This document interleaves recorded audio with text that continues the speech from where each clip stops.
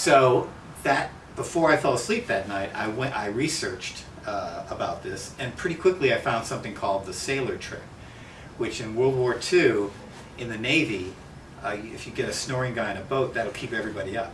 And so somebody came upon the idea of these guys were only snoring on their back when they were sleeping on their back. So they made them a T-shirt, you know, and we would sew an empty shell casing into a T-shirt in the back of their T-shirt, so that when they're in their sleep they would roll over onto their backs. They would feel that unconsciously and not, you know, and roll back onto their side or onto their stomach.